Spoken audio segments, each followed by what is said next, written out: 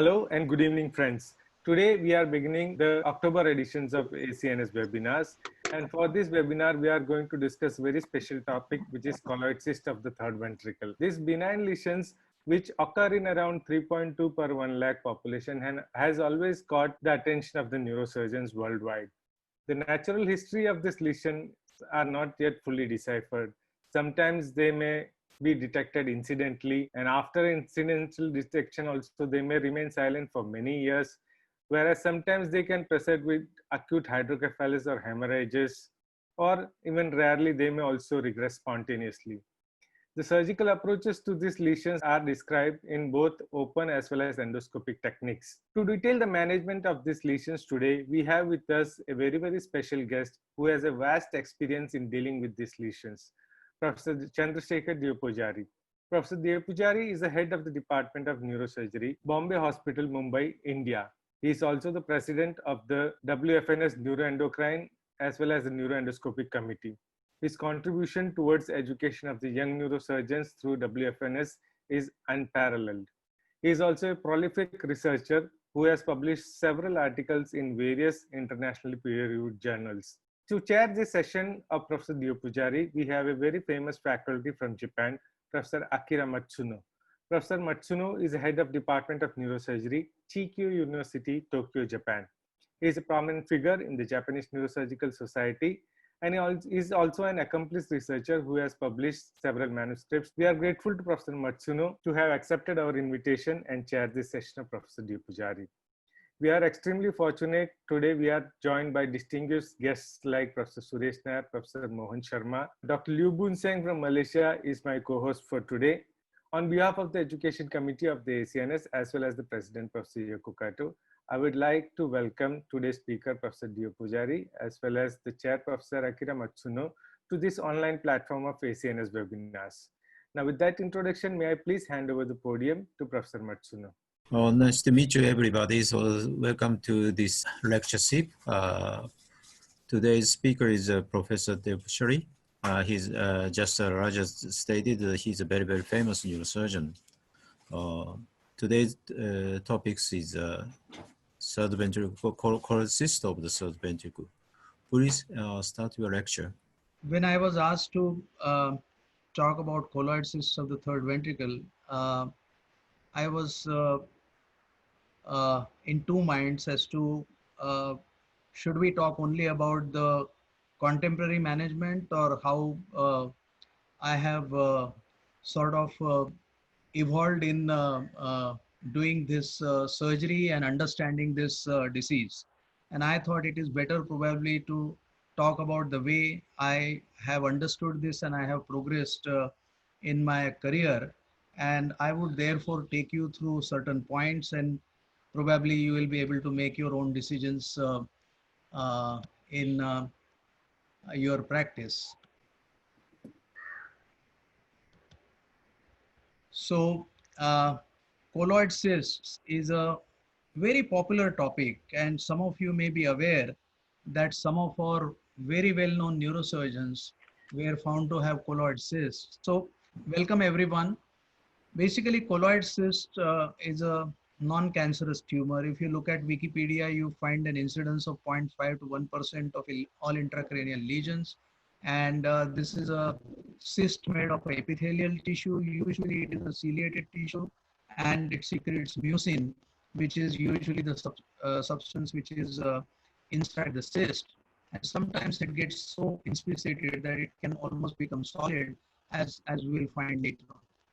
Vast majority of the early cases were discovered actually at autopsy because the presentation may be very confusing, and their paraphyseal origin of the these cysts was first suggested way back in 1909 by Joval, and this is usually a structure which is found in lower vertebrates arising from around the area of the foramen of Monro, and then it grows downwards and gets covered by the choroid plexus. Choroid plexus is usually very intimately adherent to it and draped around it, and therefore some people initially thought that these were actually cysts of the choroid plexus, till they found that the lining of the cyst was probably not commensurate with that.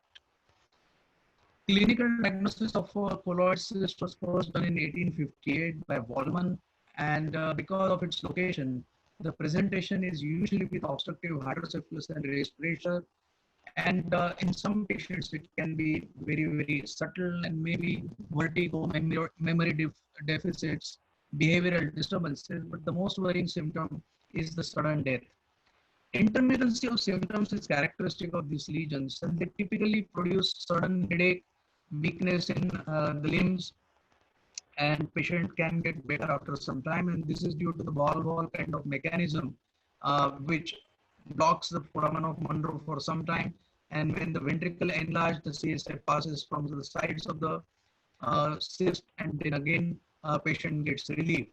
And the symptoms are usually associated with either the cyst size, sometimes with the cyst imaging character, as we'll see later on. There has been some correlation, and the ventricular size apart from the patient's age. So typically, I started my career before the days of MRI scans, and colloid cysts were still very easy to diagnose.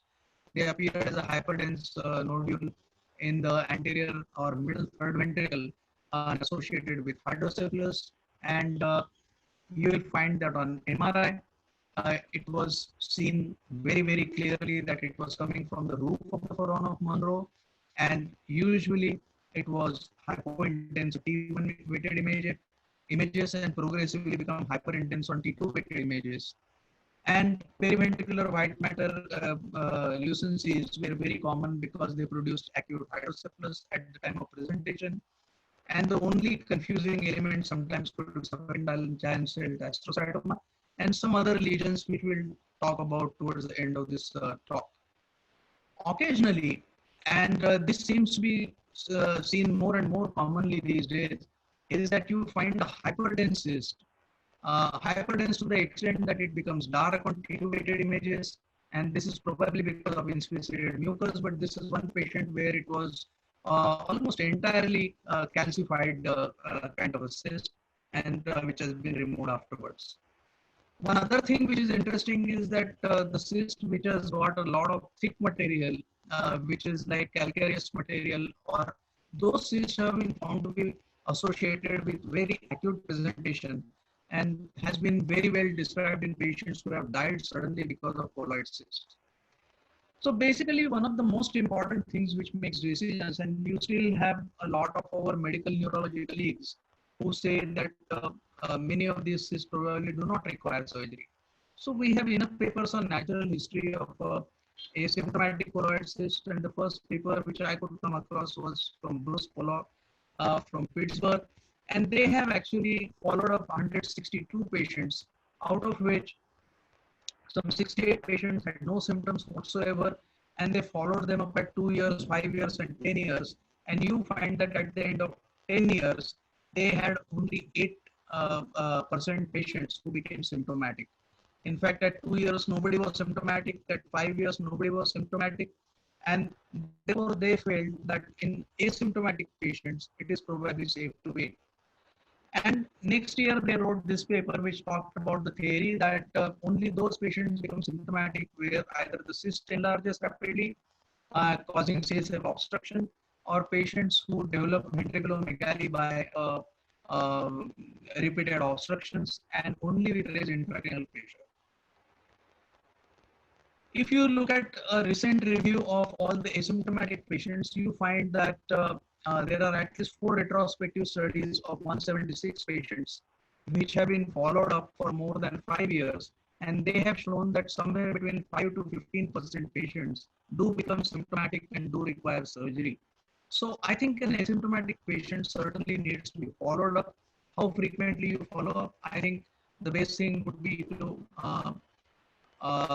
follow them up depending on their symptomatology. If they are asymptomatic, you can follow them up every 2 years. If they are, but at least 1 or 2 follow-ups with scans probably is important before we say that this is going to be probably non-progressive. What are the various clinical presentations? Surprisingly, there are less than 50 cases described in pediatric literature where, in spite of the fact that it is a congenital kind of a lesion.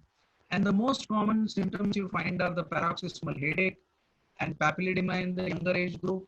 And in the older age group, you find patients present with gradual onset of dementia, behavioral changes, and gait disturbance. And many a times, it can be mistaken as normal pressure hydrocephalus.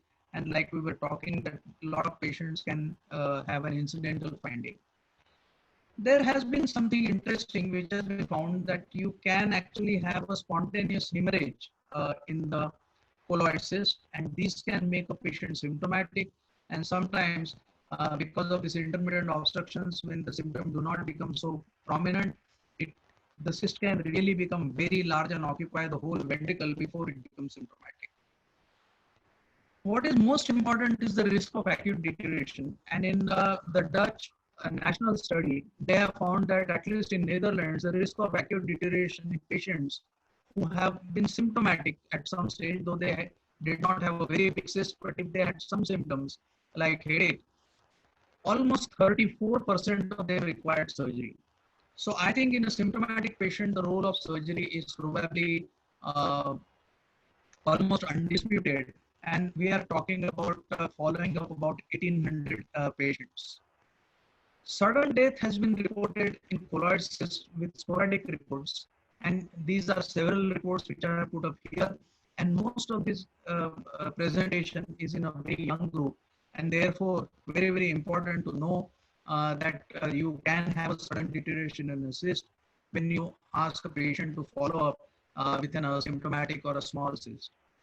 And does the sudden death occur only because of ventricular enlargement or acute hydrocephalus?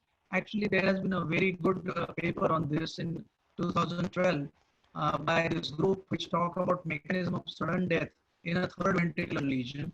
And they feel that the hypothalamic structures are so close and involved in the cardiovascular kind of reflex which can cause sudden death. And 56 cases of sudden death in young people with a third ventricular lesion, people found that it was due to colloid cyst. Only one patient turned out to be a tumor. So colloid cyst can have this kind of a disastrous, and I think it is grossly underreported. How do you identify a patient who has a chance of sudden deterioration? And this is a very beautiful paper which was written by this group in 2016, who have actually collected 163 cases of colloid cysts, 5 patients with incidental cyst which progressed out of these 163. And on the other hand, out of the symptomatic patients, almost half progressed. And when they tried to discover various points, they studied 5 points and developed what is called a colloid cyst risk score. And what is the colloid cyst risk score? The age below and above 65 years is given a point. History of headaches, axial diameter above 7 millimeters. The earlier reported incidence was about 9 millimeters. Anything above 1 centimeter was supposed to be treated. But these people have used the criteria of 7 millimeters and have found it to be very, very significant. Flare hyperintensity around the cyst or around the ventricle has been taken as a high risk. And risk zone, they have actually divided the third ventricle into 3 zones. Something which is anterior to foramen of Monro is in zone 1, foramen of Monro to about half of the ventricle is zone 2, and then posteriorly zone 3. And as you go behind, you become progressively more, it becomes progressively more risky to wait and watch. They have also put this through all the statistical correlation of inter-rater and intra-rater observation. And this paper has been published only early this year, where they have shown that CCRS score demonstrated extremely strong agreement using the 2 criteria which they have used across various centers. And in fact, neurosurgery has published a very nice kind of a chart which shows that age below 65, headaches, age is an important determinant. Diameter above 7 millimeters is a very important determinant. So is the flare hyperintensity, while the risk zone is a variable. Risk zone and headache are 2 variables where there has been some difference in agreement between the various groups. There has been another study which has come up, which has again independently assessed this score, and they have also seen that in patients where the score was high, the hydrocephalus certainly showed increase from 8% to 83%. And they have also found in a 5-year follow-up that this CCRS score is very, very sensitive. So once we know that which patients are to be treated, now let us talk about how the treatment progressed. And Dandy way back in 1921, I think everything has started by either Cushing or Dandy. And the intraventricular surgery, I think one of the credit should be given to Dandy, who first did the transcortical transventricular approach to remove a colloid cyst. And then thereafter, there have been various approaches, but most of them have been either transarterial or transcallosal approaches. And towards the end of 90s, we have started seeing a series of patients who were treated by endoscopic surgery. Before that, we had a small period, about a decade or so, when the Pittsburgh group started treating them with stereotactic aspiration. So did Michael Lapuzzo, and it became a popular treatment for some time, especially in very, very old patients. How did the endoscopic aspiration of colloid cyst come about in way back in 1983 by Powell is a story which we'll talk about a little later. So 4 major approaches to this: transcortical, transcallosal, endoscopic, and endoscope guided. And what we want to achieve is a complete cyst excision. The complexity of the third ventricle is very nicely portrayed in this simple line diagram, which tells you that getting into third ventricle, you can damage several things. So you have to be very careful. You have to study the anatomy properly, and hydrocephalus actually becomes your friend because it allows you to reach the colloid cyst without causing much deficit by opening up certain corridors. And therefore, it is important for you to examine the foramen of Monro quite well when you are assessing the MRI study preoperatively, the position of the fornices, and if you can actually see the position of what is called the venous point. On CT scan also, it was a reasonably good diagnosis, and I think there are patients who are really bad. Some of the, I think there are 3 or 4 patients, we have gone ahead only with a CT scan without the use of MRI because the patients were very, very symptomatic. And ease of surgery increases as the ventricle is bigger, and you can see like this cyst is virtually in the septum, completely in the midline, and has hardly any space to go through the corridor. But when a hydrocephalus develops, and then you find that in this cut, you find that there is a reasonable corridor, and therefore what we have recently started doing is that the MRI tells us very clearly that if you try to excise the subcortical white matter, you can actually create damage to some of the important tracts, and though the motor tracts do not get involved, the superior, sorry, what is it called? Fornix? Not the fornix, the tract which goes from front to back. Arcuate fiber. Right. So those can get affected if you are not careful. And then what we try to do is, as soon as we tap the ventricle, we actually put a glove stock, and there are balloons available. We make a balloon out of it and enlarge this, like you will find here, through the middle frontal iris. And this allows you to actually insert this. And if you have your trajectory quite well, if you put your, you can immediately see this is virtually very, very little editing has been done. And you can see that the colloid plexus has to be coagulated without damaging the fornix on one hand, and making sure that you are not getting into the venous angle at all.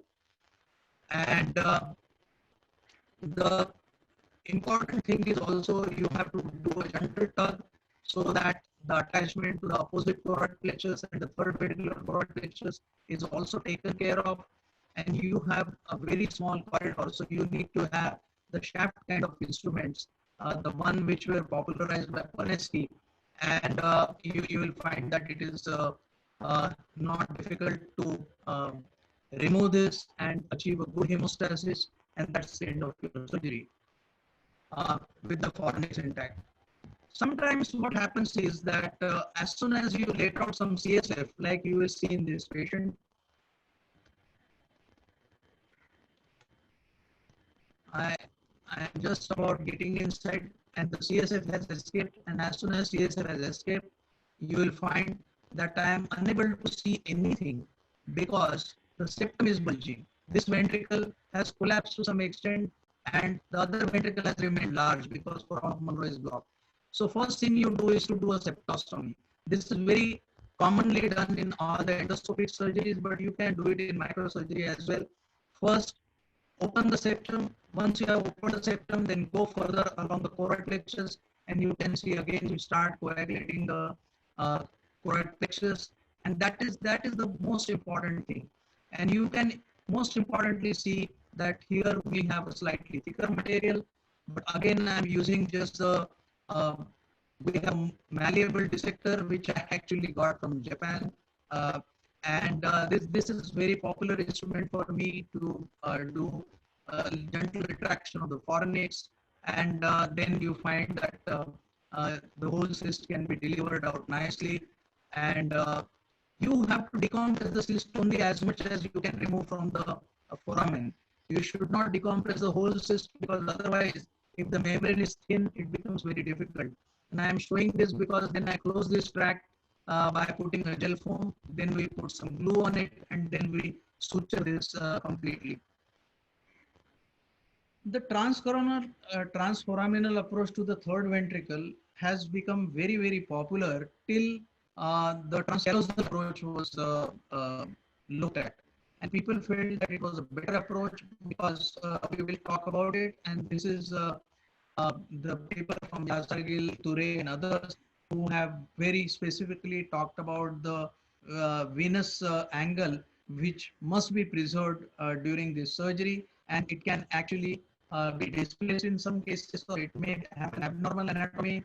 And if you can actually see it on MRV, you can be a little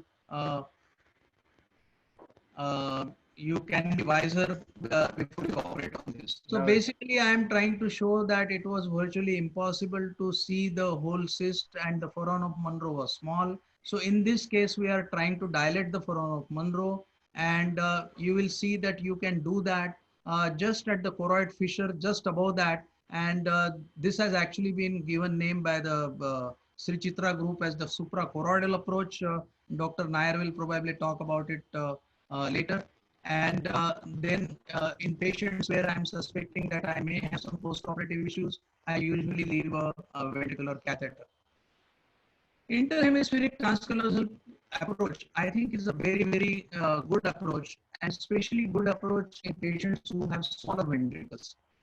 Because unless you have large ventricle, the transventricular approach is not so simple as we have seen in the earlier cases. And in this approach, you must enter the midline. Let us look at it. Sorry, I think before that there was one other point, that how do you achieve a complete excision? Because that's the mute point. So here we are removing the cyst, and you are seeing that I am coagulating the choroid plexus as usual, and then we are seeing the choroid plexus of the opposite side, which is also being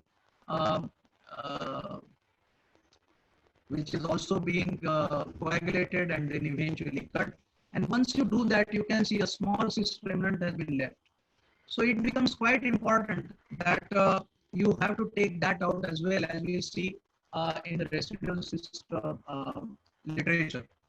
So this is a complete excision. After that, protrusion was also removed, and the transcortical approach fell away because with microsurgery, the transcallosal approach became easier, and it could be done without a dilated ventricle. And of course, there is a theoretical risk of seizure, semiparesis, and subdural effusion.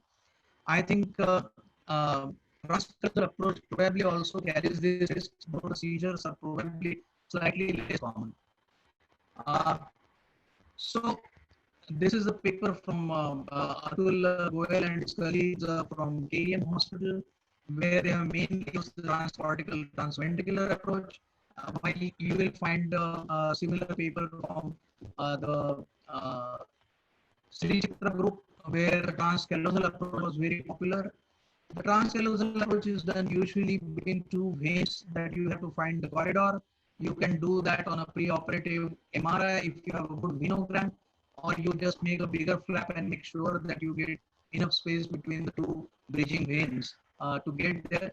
So let's look at this. This is another patient. This is actually a medical student who not only had a colloid cyst, she also had a quadrigeminal cyst, arachnoid cyst.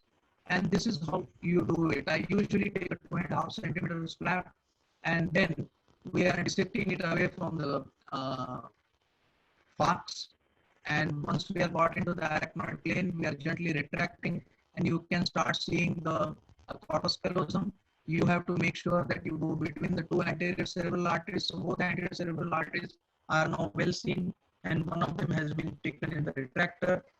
So this is important so that you do not damage the perforators going into the frontal lobe on one particular side. So you need to take one pericallosal under your retractor and then open the, you either end up opening onto one ventricle or the other ventricle. Unless you make a very good plan, you cannot enter directly in the interfornical or transseptal approach as it is called, and we will talk about it. So once you have seen and you have started seeing the choroid plexus, then you go further. I will show you this in the second video that you can start seeing that the cyst has been decompressed a little bit, and then the choroid plexus is being coagulated and the cyst is being gradually separated from the fornix. You have a little bit of damage in the fornix here, but she scored good ranks in the following year, so I don't think I damaged her very much. And the cyst is out. And this is the post-operative scan. So complete removal of the cyst is, I think, important, and that is the biggest advantage of any kind of microsurgical approach. This is actually an 8-year-old child who came with hydrocephalus, and we found this cyst surprisingly on the scan, and then this has been removed in the transcallosal approach. And you can see the incision in the corpus callosum is only about a centimeter, 1.2 centimeter to 1.5 centimeter is usually what is required. There are several variations which have been suggested, especially you must have seen in this particular patient that I was working from behind and looking in front, and therefore looking at the venous angle or looking at the back of the cyst becomes quite difficult. And therefore there is a variation of approach which is described by this I think a Spanish group who talk about doing it transgenual. Go open the corpus callosum as front as possible so that you are looking at the colloid cyst just at your approach is from forwards to backwards so that you can see the attachment of the cyst much better and remove it more completely. Now this is the doctor again who has come with this colloid cyst. Unfortunately, at another center, he was advised to get a shunt put in, and he got a shunt done before he came to us. And that makes it very difficult to do a transcortical approach or even endoscopic approach, and therefore we removed this by transcallosal approach. And you can see a little bit of remnant. Now, is this just a blood clot or remnant of the cyst? And I think the best thing is you do a 3 months course of MRI to make sure of that if you want to follow the patient properly. Sometimes the colloid cyst is not seen in the foramen of Monro, and foramen of Monro may not have enlarged. And in such patients, you can either enlarge the foramen, like if the cyst is partially seen, like we showed in the suprachoroidal approach, or you can actually do what is called a choroidal fissure approach, where you go just under the choroid plexus, medial to it, and deepen that incision to remove the tumor. And we had to do this approach in, I think, 3 patients. You can see that this cyst is almost in the middle of the third ventricle, and there was no way that we could have got it from foramen of Monro. I couldn't find a video of this patient, but we couldn't locate it in the foramen, and then we had to open by the choroidal fissure, and then we could get this cyst out completely. This is the post-operative scan of the same patient. And you can see that you do make a corridor which is just off the midline, but you can get very well into this.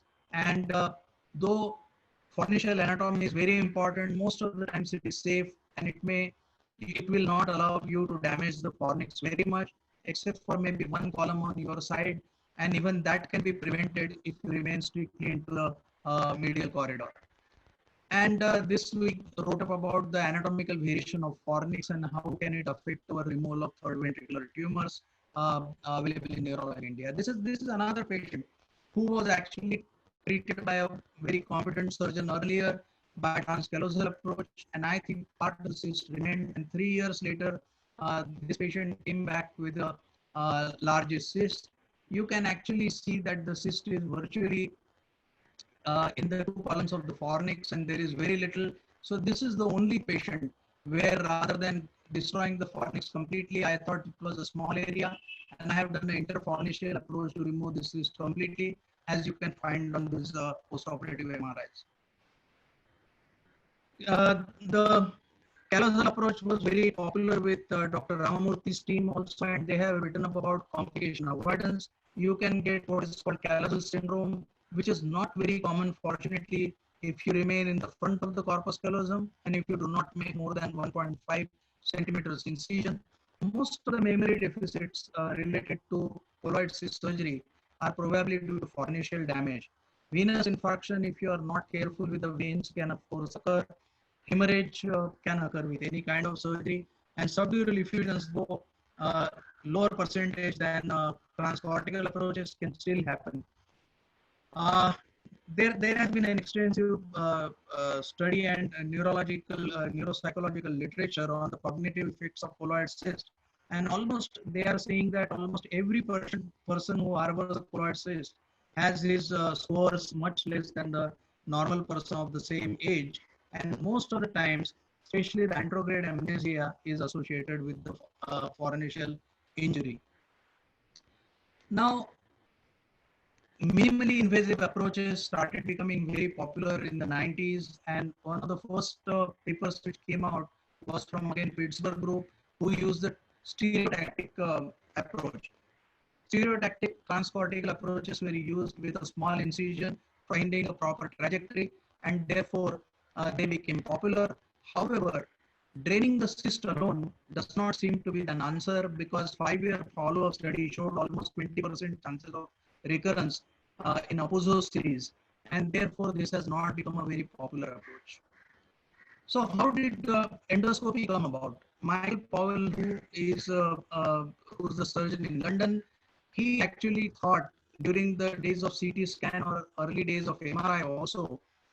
In fact, this paper was written when it was a CT scan days, and isodense cysts were being missed, and therefore, to make sure that when you had a strong suspicion, his advice was to do endoscopy in such cases to see if there is a colloid cyst or not, or what is blocking the foramen. So if you had a biventricular hydrocephalus, you should do an endoscopy, and he actually found 5 cases where he aspirated the colloid cyst, and that is how the endoscopy for colloid cyst started. And thereafter, there are several papers, especially from Europe, and I think one group in United States started following it, and you had series of 15 patients, 20 patients, 25, 35 patients, etc. And compared to transcallosal surgery, endoscopic removal required less time, the infection rate reduced, the seizure rate reduced, and it started becoming popular. Though it was not an easy surgery to do, as we will talk about in a moment. And the other worry was the recurrence rate. So let's look at both these options. This is a case which is an isodense kind of a cyst, and we are going to the right middle frontal gyrus.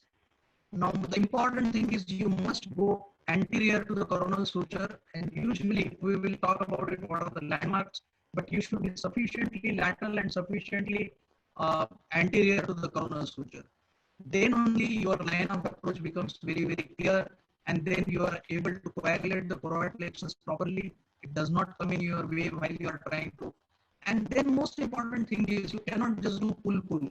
you have to cut the attachment to the choroid plexus before you can start pulling on the cyst, which makes it safer for you to get this cyst out.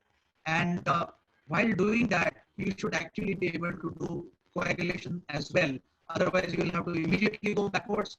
To get the whole cyst out, you have to remove the scope completely.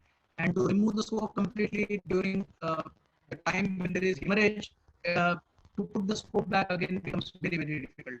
So it is extremely important that you must have good hemostasis when you are trying to pull out the cyst. And this is one of the problems because of which direct endoscopic surgery with a single port endoscope became very, very difficult. This patient came out quite well, and we did a series of cases with this technique from 2000 to 2003 or 4, and then we adopted a little different technique. So endoscopic cyst excision, as you will see, has also progressed further in terms of to get the right trajectory. We have started using navigation because it is extremely important that you should have a direct visualization from front to back and from lateral to medial to see across, to see into the third ventricle, and to coagulate the choroid plexus properly. What is the optimal trajectory people have studied is, and most of the people have now come to the conclusion that you should be about 4 centimeters lateral to the midline, and you should be at least 4 centimeters anterior to the coronal suture to get a proper entry into the ventricle.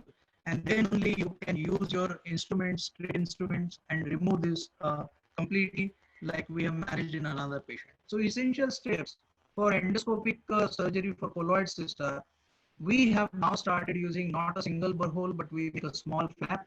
We make a small bone flap also. The bone flap is about 2 centimeters in diameter, and the trajectory is based on navigation whenever it is available. Otherwise, this trajectory usually gives you a reasonable idea that you should be able to get there in proper direction. Now, especially this is important if you have smaller ventricles, and occasionally rapid CSF escape may collapse the ventricle, and therefore a rapid septostomy need to be done, like I showed in open approach earlier. And then you follow the choroid plexus foramen of Monro, observe the cyst and venous anatomy before you start aspirating the cyst, burn enough choroid plexus attachment before you try to pull a tug on the cyst. And this is how after cyst removal, so this is a 3-month postoperative scan which we consider as a baseline to see how things are progressing further. Dr. Sharat Chandra and Ashish Suri, 2 active endoscopists at AIIMS, have come out with this paper where they have treated, I think, about 80 patients, 59 patients with an endoscopic approach. But what they have done is they have started using a 2-port technique, because as we have seen, keeping a single port with the endoscope, it becomes very, very difficult to tug at the cyst, do the dissection, cut the choroid plexus after coagulation, and then pull the cyst out. So if you use a 2-port technique, it becomes much easier, one where you can do like assisted surgery.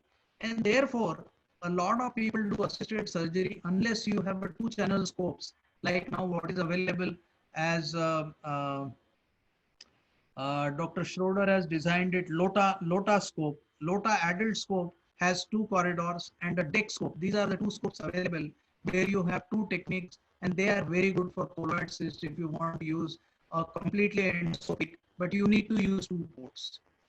Dr. Dake and Dr. Grotenhuis, who were one of the earliest proponents of colloid cyst excision endoscopically, have actually written about their long-term follow-ups also, and they have shown that over 5 years, they had residual cyst in almost 42% patients, but they had recurrence only in about 6 patients out of their 59 patients. So a fair amount of worry is there in terms of is endoscopic excision good enough or not. There is another paper which has come from Mark Sweden from New York in 2013, where he talks about his 45 cases, I think 56 cases, where 9 patients had some remnants of the wall, and his impression is that if the cysts have been completely removed and only a small bit of wall remains, it does not matter as long as it is well correlated, and ablation of cyst remnants rather than total removal is associated with a significantly higher. So basically, if you have a cyst remnant, if you know it well, then you have to take care of it to avoid a future recurrence. There is another group which has written about transchoroidal approach. So usually endoscopic surgery is not really a good idea for cysts which are uh, situated posteriorly because you can't perform the transchoroidal approach well, but maybe with a two-port scope you can do that, and this is what has been recommended by this Italian group in a 2014 paper. There is no further assessment of these cases afterwards, or no additional cases that I could find. Uh, I think what we ended up doing in the initial period is there used to be conversion of endoscopic approach we just used to put a single retractor and immediately convert it into a, because we always did a small craniotomy to do the colloid cyst after the first 3 or 4 cases. And this made it very easier for us to remove them completely. But probably that is one reason why we have become dependent on an endoscopic assisted procedure rather than a pure endoscopic procedure. And there is a group which is doing endoscopic surgery without ventricular dilatation and found it to be quite useful in almost, I think they have reported several cases now, 15 intraventricular tumors, and this is their experience where they have been successful in more than 90% of cases while doing this. Now, there are now several papers available comparing endoscopic versus microsurgical resection of colloid cysts. And this is a recent meta-analysis done in 2014 by James Liu and his colleagues. And they have analyzed 695 patients in the endoscopic group, and I think almost 800 patients in the microsurgical group. And they have shown that microsurgical resection of colloid cyst is associated with higher rate of complete resection and lower rate of recurrence and fewer reoperations. However, the morbidity is higher than microsurgery than with endoscopy. So I think both approaches have their advantages and disadvantages, and you have to really decide in which patient what should be done. Probably in an older patient with large ventricles, endoscopy seems to be an excellent idea. In very young patients, especially in pediatric patients, I prefer to do open transcallosal or transcortical approach. Another systematic review came earlier this year has actually, I think they have collected more than, they have also collected more than 500 cases, and they have talked about endoscopic technique having again significantly reduced morbidity and other problems, including infection, infarct, and seizures, while endoscopic approaches may have a slightly higher rate of recurrence. There is another group in Delhi who first talked about using a port for this kind of surgery. And by using port, you can actually do a bimanual dissection properly. And the surgery can either be endoscope assisted or a microscope. And they have written about 20 consecutive symptomatic patients and a simple 5 ml syringe, which has been described by Dr. Lokendra Singh. Recently, Dr. Salman Sheikh has again rejuvenated that idea. And Dr. Yadav is a strong proponent of it for intracerebral hematomas as well as intraventricular surgeries. And this is really a locally made thing. Very properly made medical grade NICO has made one port like that, which is available in United States and used widely. And Amin Kasam and his group have written that it minimizes white matter disruption. It gives a better stability. Actually, a syringe hub also gives a reasonable stability, I think, in our experience. And most important thing is iatrogenic injuries can be prevented, which can inadvertently occur during endoscopic surgery. And you can have a continuous visualization, which is another problem which can happen if you are used to removing the scope repeatedly while removing the contents. So this is the kind of port which can be created. And the recurrent cyst. So we have in our experience, I think we have 3 or 4 recurrent cysts which have been done. During those, we always use navigation just in case this cyst was again hidden behind the septum and needed a little bit of a dilatation of the foramen of Monro to get the whole cyst out. Uh, this is a paper which is published recently, which talks about removal of colloid cyst, recurrent colloid cyst by endoscopic method with a high degree of success. And they have actually 11 patients out of their 120 patients which were recurrence, and they could manage a complete resection endoscopically. If you look at the cost, and this paper actually has been written by medical administrators, and this is mainly an audit of how long the patient stayed, how many patients got readmitted, and what is the time duration for which the patient stayed. And out of this 483 patients whose audit was done in United States, 240 were from microsurgery and 243 were from endoscopic. And they have concluded that postoperative seizure and 30-day readmission were higher in microsurgical resection. And they have actually categorized it in various complications. I think there is a slight preponderance of more complications in microsurgery. But what is most important is they have shown that the cost is almost 30% higher if you are doing microscopic surgery, and therefore they feel that endoscopic surgery in terms of patient benefit is much more important. This is till 2018. We had 272 interventricular lesions, out of which 82 were colloid cysts, and there have been about 19 cases after that. So it's about 101 cases now. And we had actually 9 patients in the pediatric age group below the age of 16 out of this. So various modes of surgery, we did transcortical approaches in first 22 cases, interhemispheric transcallosal in 32 patients, out of which 2 were recurrent. Endoscopy purely was used without any other assistance in single port for 6 cases, and last 22 cases have had endoscopic assisted microsurgery. Transforaminal corridor was used in almost all the patients except 2 transseptal cases, and 2 patients required a transchoroidal, 1 proper transchoroidal and 1 suprachoroidal in fact, and 2 patients required an interfornitional transseptal approach. We have had 1 death in a patient who came actually in coma. As soon as I tapped the ventricle, a ventricle just collapsed and I couldn't even see the cyst. So this is one problem which is very, very important, that you need to operate on patients who have not gone to this kind of a situation.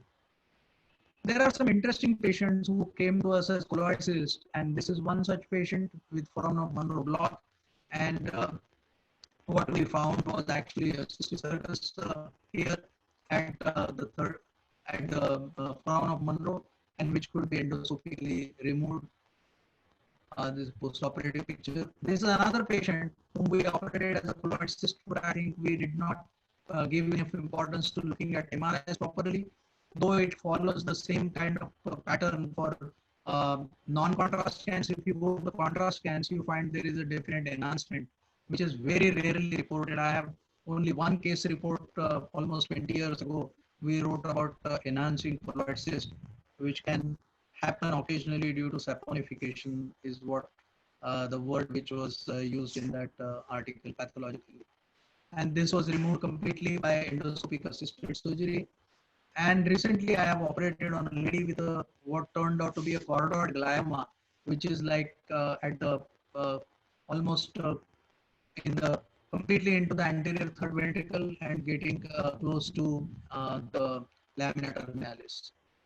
And this is the 4th patient, a young man, very acute history because of his hydrocephalus and periventricular lucency. We operated him almost as an emergency, and this turned out to be actually a lymphoma.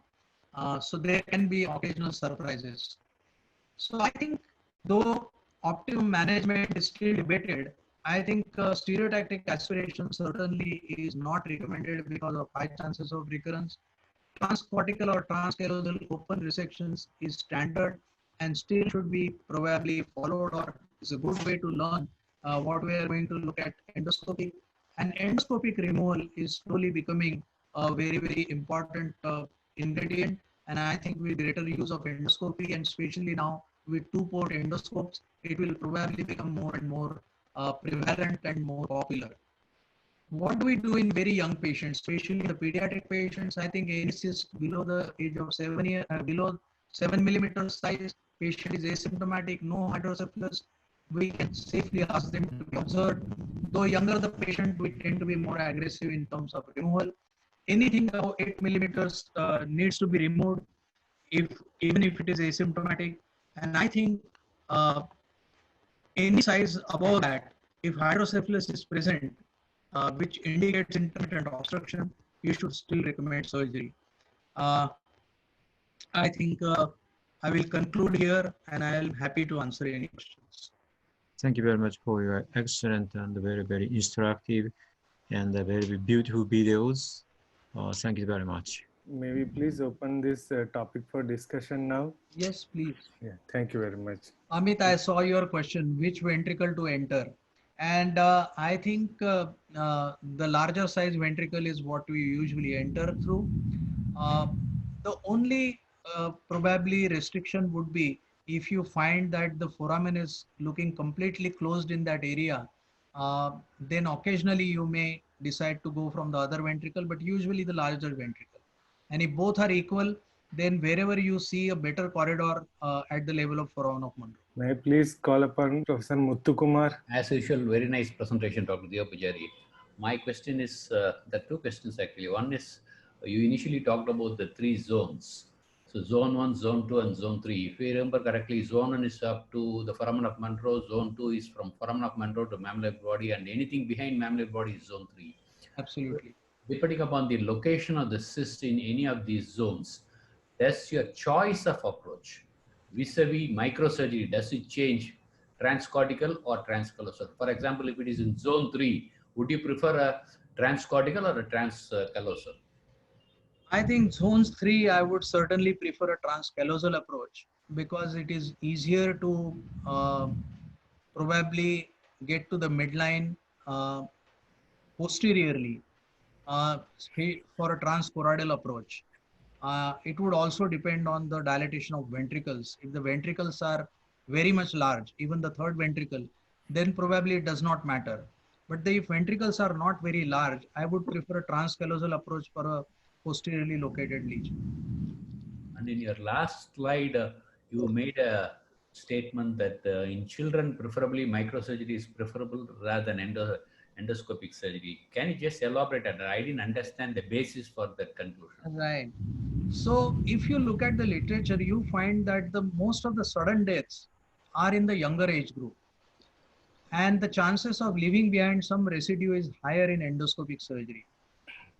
And therefore, I think in children, it is extremely important that we must get a complete excision. And though I think there are people who can do a complete excision, most of the expert endoscopists who actually started colloid cyst surgery still say that there may be some residue remaining because they have to cut it. They have to cut the at the venous angle, they have to cut into the cyst. So some cyst wall is going to remain. Most of the times it is insignificant, but I think looking at the longevity of the patient, I am worried that I leave any cyst residue behind. Dr. Raja, can I ask one more question? Yeah, sure. Why not? In one of the slides in the videos, you said that you should burn the choroid close to the foramen of Monroe. How do you make sure that you don't damage the venous angle? Any technical nuance to? No, I think you have to keep it under view. You have to work on a very, very low cautery. And then you have to strictly just keep on elevating the choroid plexus and hope that you will get millimeter by millimeter. I don't think you can actually make an incision there. Thank you so much. On that note, may I please ask you that you said you had to cut open into the cyst at one point of time. In that case, have you ever experienced like contents of the cyst spilling into the ventricles? And have you experienced any cases of aseptic meningitis? And do you use steroids in post-operative care? In colloid cyst, we do not use steroids regularly. We use only one shot of steroids during surgery, and we do not continue steroids post-operatively unless we feel that there has been some handling more than what is necessary. So that is answer to the steroid use. Your second question was about Aseptic burning the meningitis. choroid. Sorry, It was about aseptic meningitis. aseptic meningitis. I have had a aseptic meningitis in patients with craniopharyngioma when I have aspirated cyst, but I can't remember it happening in colloid cyst patients. You have more spillage in endoscopic surgery than microsurgery. That is one other disadvantage, I must say. But the biggest advantage is if it is thick material, it is much easier to remove by the microscope. Thank you very much. Yes, Professor Ajit Sinha. As usual, Dr. Dev Pujari, excellent presentation, and you have covered almost all the points. Just two comment.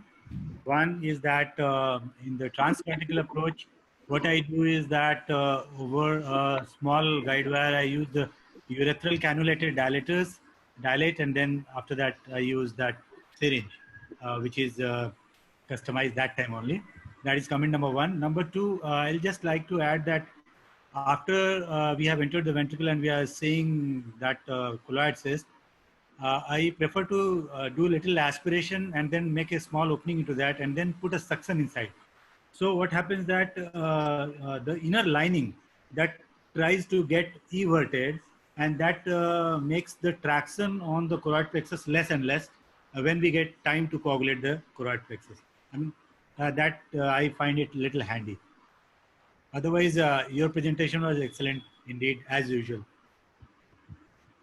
I think we all learn from our own problems. I have had a couple of patients where after I aspirated out the cyst with a suction, I had a great difficulty to hold the cyst and remove it because sometimes it has a tough wall, sometimes it has a very, very thin wall, and it really becomes very difficult to it just keeps on breaking rather than coming out.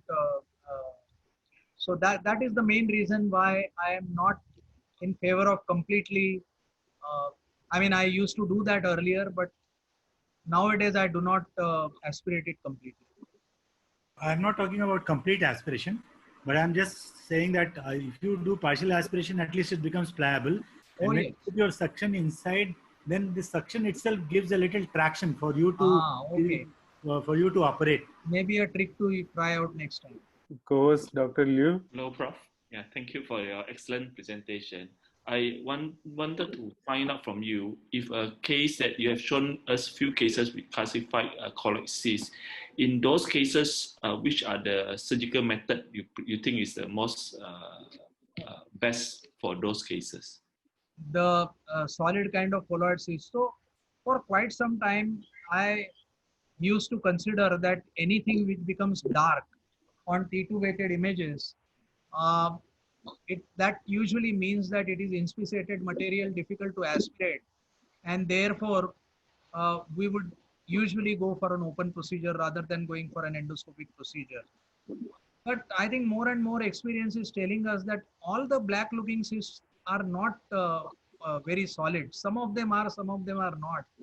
And I'm still not able to make a good differentiation, but I err on the side of open surgery or convert it into open surgery if the cyst is becoming hypo-intense on a progressive sequences, that is in FLAIR and T2 weighted image. Is it the same if you have doubt in the diagnosis? Because Prof has shown us few other differential, even astrocytoma can look like colloid cyst. So I showed one case, pilocytic astrocytoma, but usually there is some enhancement, while you hardly find any enhancement in the colloid cyst. Yes. And similarly, that chordoid glioma, we also were not very sure till we looked at the enhanced scan and saw that there was a significant difference between T1 weighted images and the contrast images. Thank you, Prof. Yes, Dr. Binoy. Hello. Thank you, sir, for a very nice presentation. I want to know, do you use EVD in the endoscopic colloid cyst excision, and what is your criteria for removal if you are using it? I very rarely use in endoscopic surgery. Usually, it is not required unless you are leaving a bloody field behind, because you are absolutely sure if there is any trickle of blood coming or not. In microscopic surgery, you do enough irrigation, make sure you fill up the ventricle, make sure that the return of fluid is completely not bloody. And I think most of the times you can come out without leaving a drain. There are a few times when you leave the drain behind, that is when you feel that you may not have had a complete hemostasis, or there are some raw areas which you can see at the end of surgery. But in colloid cyst, usually don't leave a drain behind. And Okay. is there any size criteria for you to tell that above this size you don't do endoscopic surgery? In which cases I do not Colloid, do endoscopic surgery. yeah, colloid cyst. Yeah, I think small ventricles, we usually do not attempt endoscopic surgery. And a cyst which is very, very black, or if there is any calcification seen in the cyst, then we will not use. See, it is like if you ask me how frequently I use endoscope during colloid cyst surgery, I think almost every case or every second case definitely gets endoscope assistance to make sure that the cyst is completely excised, to make sure there is no bleeding. But for the purpose of detaching the cyst from the venous angle, I think I many a times would use the microscope. Okay. Thank you. Thank you. Yes, we have Professor Ibrahim Sabah with us from Jordan. Good evening to you. It was very, very nice, holistic approach for colloid cyst. You did not miss on any of the points. I just want to mention something about the sudden death due to colloid cyst, which you elegantly alluded to. Sudden death occurs because of an event that happens to the patient, and usually this is either dancing or jogging or jumping or traveling by aeroplane. So many cases have been reported of deterioration during travel, and that's one of the risks of these colloid cysts. The second point is to send very strong words to those people who are still putting shunts for colloid cysts. To me, this is a crime against humanity, Absolutely. especially when we put bilateral shunts. This is a sign of weakness. This is a sign of mediocre surgeons, and we have to really put very strong words against these people. I think point very well taken. Unfortunately, shunts do not only make the patient dependent on shunt, but also cause difficulty in removing the colloid cyst, as in whoever is going to do it later on. Absolutely. Right, thank you. On that note, I would like to remind one of our cases that deteriorated during air travel. As Professor Ibrahim Sabah rightly pointed out, that patients do become worse during air travel.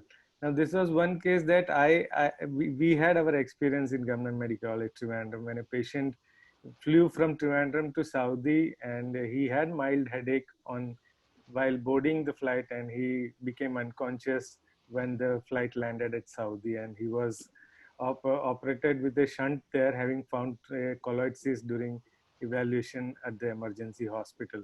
And he became conscious and he flew back to us, and we operated him again.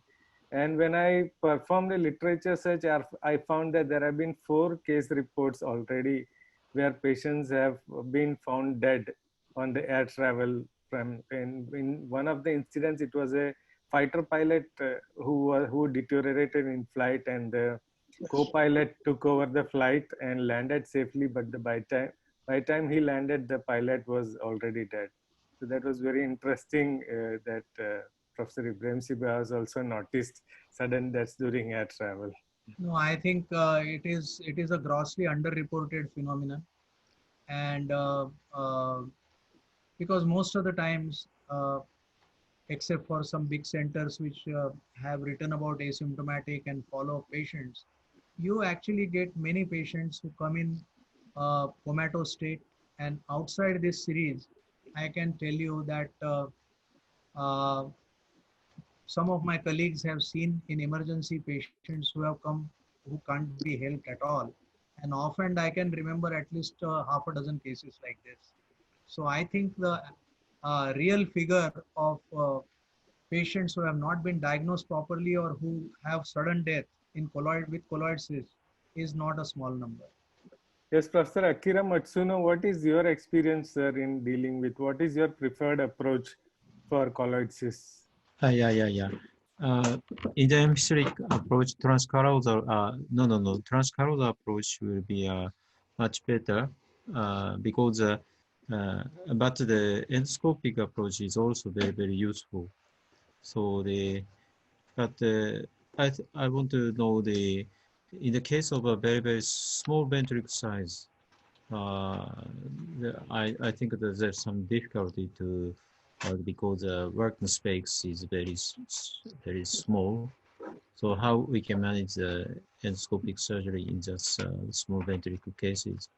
How about your opinion, Professor Deputy? How about your opinion about this?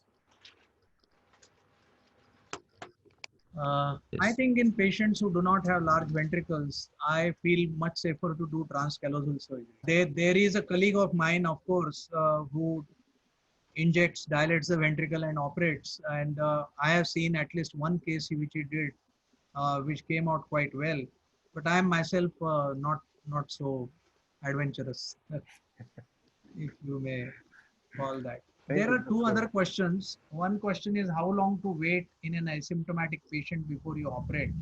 So I think the CCRS gives you a very good idea of where you stand. And if anybody has a score of more than 3, I think you should operate very early. Uh, and that includes, the age, the size of the cyst, and have there been any symptoms in the past, and what is the location and the associated hydrocephalus. I think any patient who has a cyst of any size and has hydrocephalus, you should go ahead for surgery as early as the patient is ready and you are ready. There is one other question. In the days of COVID, if somebody comes with acute presentation, what do you do? I would say that you should remove the cyst. Putting a ventricular drain or putting a shunt is not a great idea. I would like to ask one more thing. What is your experience in, have you ever found incidents of familial colloid cysts? No. Answer is no. Yeah, because this is a rarely reported event, reported at least 5 times incidents in monozygotic twins as well as in families. That's why I just wanted to know. Yes, Professor Mohan Sharma, please. Thank you, Dr. Raza. Thank you for giving me the opportunity. Dev Pujari sir, is always very comprehensive, excellent presentation. Really good. I have a small question to you. Yes. I have seen few people combine doing ETV in addition to excising the cyst when there is hydrocephalus. I just wanted to have your opinion on this. I am unable. I saw your question actually in the chat box. I really don't have an answer to this because I cannot understand why ETV will be required. You know, once your block is at the level of Coron of Monroe. If the cyst is large or if it is situated posteriorly, it is at the level of aqueduct. Once you remove the cyst, it is, unless you are worried that it is a ruptured cyst, which is extremely rare, or you have spilled the contents quite a bit, which might cause some inflammatory reaction later on. I do not think we can justify doing an extra procedure like ETV in these patients. Dr. Harshal? Hi, good evening, sir. So amazing lecture, sir, and showing encompassing your decades of experience. So I just wanted to know about the incidence of transient memory loss or behavioral changes in your patient post colloid cyst excision and any methods to avoid initial injuries during the procedure. Right. So I think transient memory deficits are can definitely occur, and I don't have a figure for it, but I think almost 25% patients get it. It is probably slightly higher in transcallosal approach than in ventricular approach, and very much less in endoscopic approach, but I think all of them can have some fornicial damage. But unless you have used the interfornicial approach or you have cut out anything more than, a small column of fornix, you do not get a permanent deficit. Most patients recover by the time they are discharged, or certainly at the first follow-up, which we do at about 3 months. How to prevent it? I think the most important thing is that your manipulation of the fornix should be as little as possible, and you have to be extremely careful. I think in colloid cyst, what is more important is not only the dissection, but you are doing more of a pulling of the cyst rather than trying to dissect around it. That is how you have to keep the approach, and uh, I think that is the only way you can probably prevent. And if at all you are not seeing the cyst fully, then it is a better to do a planned, proper, step-by-step choroid fissure and sort of opening to enlarge, rather than doing it in a fast manner or doing it as a emergency procedure, which can not only cause more damage to the fornix, but can also cause a deep venous infarct. One of the dreaded complications, I have fortunately not had to endure it, but one of the most dreaded complication is the deep venous infarction. And unfortunately, I cannot find any paper which has described this complication in much detail, or labeled that these many patients had venous infarcts. I am really surprised, because in my practice, I have seen at least a dozen cases which have come for second opinion after surgery, who have developed such venous infarcts. I would like to ask Professor that there is a bit of learning curve always for this intrahemispheric transcallosal approach. Now, that's classically described as 2/3 anterior to the coronal suture and 1/3 posterior to the coronal suture. The craniotomy goes depending on the size of your craniotomy, and you open up a large area. That craniotomy will expose a large area of the corpus callosum. Now, where to incise? That is the most difficult problem. Sometimes you may go posteriorly and you may have to incise anteriorly. So without neuronavigation, is there any tip that you would like to give us? So I think the very first thing I would say is that this classical 2/3, 1/3 has to be forgotten. If you are doing colloid cyst surgery, you have no business to go behind the coronal suture. Your whole incision should be in front of the coronal suture. You have no reason to go behind the coronal suture at all. Secondly, it is not only where to open, what trajectory you get, and the visual trajectory you want is either straight or preferably from front to back, and therefore as near the genu as possible. I would say you must remain in the anterior 1/3, and probably your anterior incision can go as far front as the, till you find some connection between the two anterior cerebral arteries. Unless you have to coagulate something, just keep on going forward till the turn comes, and then try to open it. And restrict yourself to about 12 millimeters. By the time you put a retractor inside, it becomes 15. So don't go beyond that. Right, well said.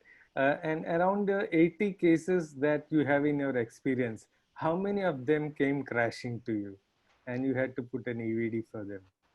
I have had only one patient, as I told you, who crashed virtually on the table. And if you ask me how many patients I have seen in ICU who came in a unconscious condition, which they could not even be taken to operation theater, there are at least 4 others. So there's certain patients who come with sudden loss of consciousness. You put EVD on both the sides or only on one side? No, I do not put EVD. I'm sorry if I gave that impression. I would take this patient to surgery. I think once the patient goes to surgery, what surgery can be done depends on if you are in a familiar theater, and if a senior enough surgeon is available who can remove the cyst. You should not think of putting a EVD. You should just go straight for a cyst removal. Most of the times when circumstances are not favorable, you may please advise an EVD. So there are a couple of patients who have actually been transferred from another hospital to my hospital with a EVD in place. And the first thing I have done is remove the EVD at about 2 in the morning next day and operate at about 7 o'clock afterwards. Because if you keep the EVD you will not be able to do a good job for surgery. Amit Mukherjee is asking about have I encountered a cysticercus cyst? Maybe Yeah, you showed one. he didn't join. Yeah, he didn't join when I showed a case. Yeah. And venous infarct in transcallosal approach. I think venous infarct can occur in any approach. In transcallosal approach, you can also get a cortical subcortical infarct, but you can get a deep venous infarct in any of the procedures. I think we will conclude our sessions. Any closing comments from Professor Matsuno? Thank you very much for everybody who was joining this fantastic meeting. Thank you, Professor Devachari. You are excellent and very, very instructive lectures. We're very, very grateful to you for this nice lecture. Thank you very much. So then in that case, we will wind up today's session. On behalf of the Education Committee of the ACNS, as well as the President, Professor Yuko Kato, I would like to thank today's speaker, Professor Devpujari, and the chair, Professor Akira Matsuno. We had a very good discussion. Thank you very much, Professor Devpujari. We learned a lot from you today about colloid cysts. Thank you, Liu, for joining, and thank you all the attendees who have joined us today for this very interesting talk from Professor Devpujari.